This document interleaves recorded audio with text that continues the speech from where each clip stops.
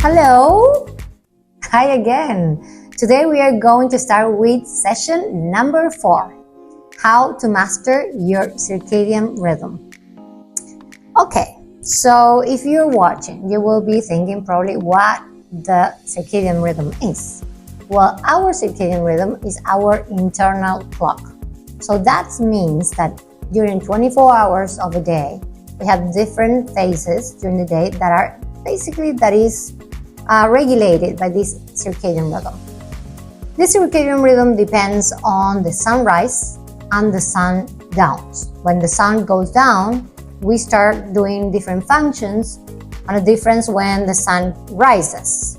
This has a lot of influence in how we detox, how we do produce hormones, enzymes.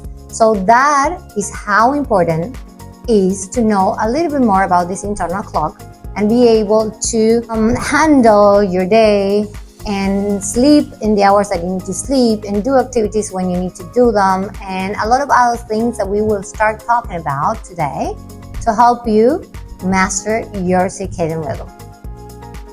Okay, talking about this internal clock and the circadian rhythm, this is highly influenced by two things: darkness and light.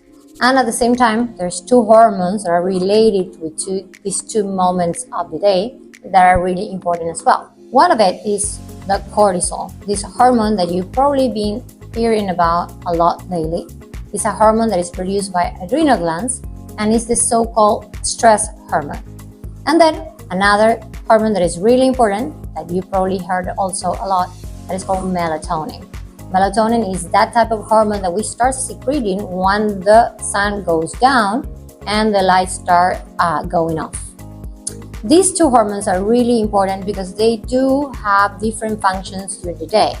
When the sun rises and we wake up, there's a lot of things that we need to do, activities in general, and typically we do have 4 peaks during the day, and one of the highest one is in the morning.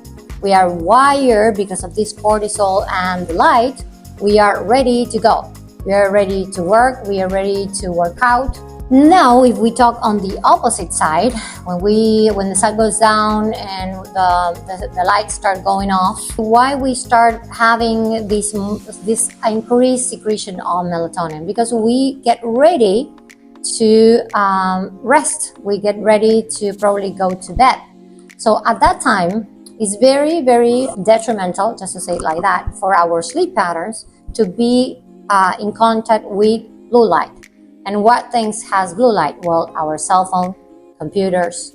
That is why it's so important to start reducing the exposure to this type of light once our melatonin start increasing, because that can affect also the melatonin secretion, and melatonin can start going down, and then we start having issues to sleep. When it comes to these different times of the day, what we can say about this also is something very important when it comes to different type of nervous systems that operates in our bodies. When the sun rises and we wake up, we start being in this nervous system that is called sympathetic nervous system. So this type of nervous system is operating mainly during the day and is the one that help us go during the day doing activities, digesting, etc., etc. But then when the sun goes down and start going dark and melatonin start increasing, we shift somehow to this other type of certain nervous system that is called parasympathetic nervous system, and is the one that typically runs when we are resting, when we are digestion, because we need to start secreting other type of hormones like melatonin, for example, and we start to shift to this type of nervous system to be able to calm down our nervous system and be able to rest and sleep. So now we can talk about these important systems that circadian rhythm can master or influence during the day. We can say control also. This internal clock that we have can control sleep, energy, digestion, hormones, and as we said before, is mostly influenced by light and darkness. So now we will talk about common circadian rhythm disruptors. For example, if we think how important is this internal clock to master different type of the days and to get us ready to do different activities, we need to think about different things that can be altered if we don't respect that different phases of the day, that circadian rhythm, that internal clock. One of the system that is mostly effective when we don't get that circadian rhythm working properly is sleep. So anything that is going to disrupt your sleep will be eating after 7 p.m., working out, maybe very intense after this time as well, or also, as I mentioned before, being exposed to blue light from computers, from mobile phones, that can really make the melatonin, that is this hormone that we need for sleeping and resting, to go completely down, and then we can have issues falling asleep and resting properly. Another important thing to consider is that if we are going to sleep, it's not the same to sleep in different times of the day. Maybe sometimes they tell me, okay, I go to bed at 1 a.m., but I do get my 8 hours. Okay, but it's not the same, because according to this internal clock that, as I said before, is regulated by the sunrise and the sun going down, once the sun goes down around 8 p.m., we start being programmed. This internal clock start being programmed to do different functions that are really important, like digestion of things that remain on the digestive system, like repairing DNA, producing hormones, producing enzymes. So imagine being programmed to be that, to do that already at 8 p.m., and then we are having dinner at that time. So we are interrupting those very important, those vital processes with digestion, for example. Then when it comes to sleep, we do have hours that are the most important ones to have a deep sleep. Of course, we're not going to talk deeply about sleep now, because we have different phases of the sleep. We have deep sleep, REM sleep, light sleep. Of course, if we talk about how important different type of sleeps are, we talk about deep sleep mainly. That is when these important and vital things happen. So if we want to have a good amount of deep sleep, we need to consider that the best hours to sleep are from 9 p.m. to 2 a.m. on the morning. So it's not the same to go to bed 1 a.m. and to have 8 hours, because you're not going to get those important hours in to get your deep sleep, which is really, really important. So things that can disrupt your circadian rhythm are going to bed also very late at night, eating after 7 p.m., working out very hard after 7 p.m. All those things can make this cycle to be disrupted and dysregulated, and then impacting different ways in your health. Well, now what we're going to do is we're going to talk about simple tips that you can incorporate into your daily schedule to help and activate on a positive way that internal clock. We will start, for example, one of the things that you can do on the morning, especially if you had a rough night or you didn't have a great sleep, you can wake up and try to wake up with the sunrise and try to be exposed to that first light of the morning 10 to 15 minutes. That has a lot of benefits from, of course, vitamin D production, but also it has positive impact on the way that we produce cortisol on the mornings. It's a healthy habit that you can do every day, and it's very simple. Just going and being exposed to that, just going outside if you have the possibility, of course, and being exposed to that first light of the morning, which has these special benefits for health. That is one thing. Then to that thing, you can add something else that somehow has an impact on your internal clock. That is the grounding. Have you heard about grounding? Grounding is being in contact with Mother Earth in different ways. But grounding will be putting your feet on the ground, on the grass. And that has a really, really positive impact also in our cells, because we are charged negatively when we do that. And when our cells have a negative charge, they start separating from each other. And as they are separated correctly and they're not clogged one to each other, they can do all their functions as they should be. And all the membrane cell has all their vital functions exchanging different things with blood. Okay?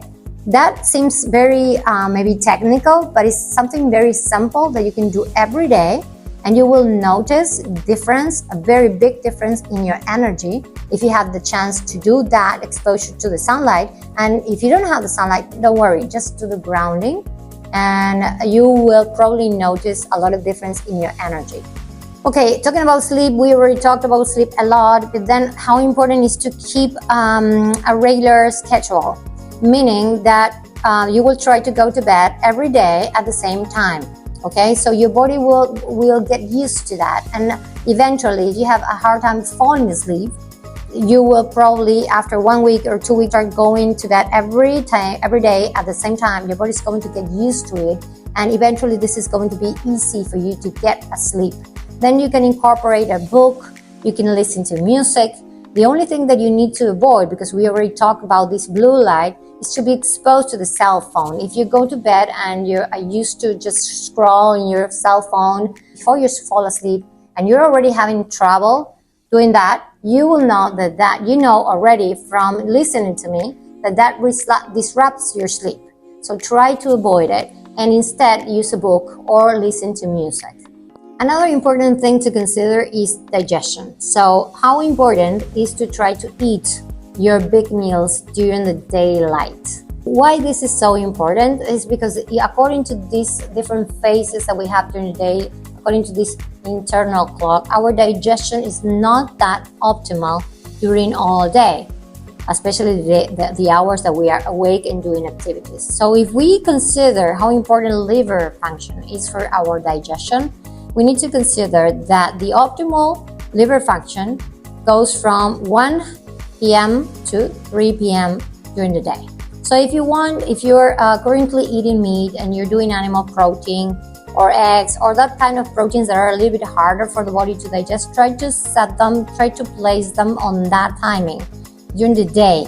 And around dinner time, if you're going to have dinner around 5:30, 6, or even a little bit later, but not later than 7 p.m. according to what I suggested, try to do a lighter dinner, something that will be easier for the body to digest, because that digestion goes on during a few hours and then it overlaps with the start of these other processes that the body starts doing for detoxing and repairing. So remember, once we hit around 8 p.m., we start doing all these things for the body. So it's not ideal to be digesting at that time. So try to place your dinner or stop eating by 5:30, 6 maximum. If you have work issues or family issues and you cannot have dinner before 7, that's fine, but try to place harder digestion or protein, animal protein during the day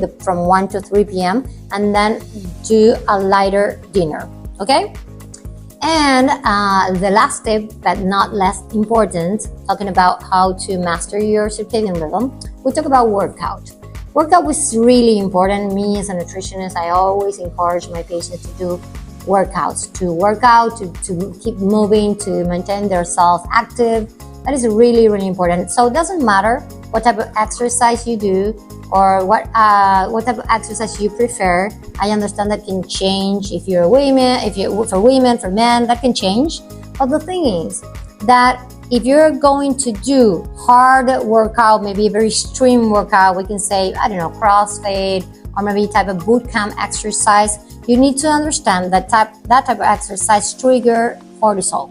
Okay, because we have a fight or flight response to that type of exercise. So ideally, you don't want to do those very late on the day, because that is going to impact on the way that we produce melatonin, and we will be wired. We will be tired, but wired. That means that you want to sleep, you want to rest, but your body will be still wired by this cortisol release. So if you want to do those type of exercise, I always recommend to do it during the day, okay? Ideally. Then other type of exercise like yoga, stretching, walking, those exercise will be exercise that will be suitable to do on the afternoon, maybe before going to bed, no problem, because those typically can calm the nervous system. So choose, depending on the type of workout you do, at what time of the day you're going to do them. But ideally, harder workouts during the day, calming workouts like walking and stretching and yoga, maybe in the afternoon, no problem. Key takeaways for this session. So, small changes make big difference. We've been saying that all these sessions. This is session number 4, and we keep saying the same thing. Small changes for big steps. Listen to your body always. Your body is always trying to tell you something.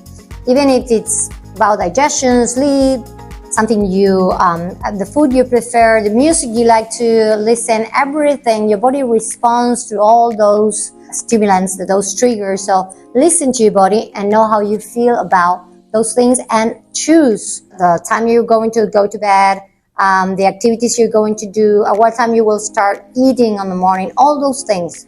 Choose them according to how your body feel about those things. So remember, very, very important, consistency is the key. See you in our next session.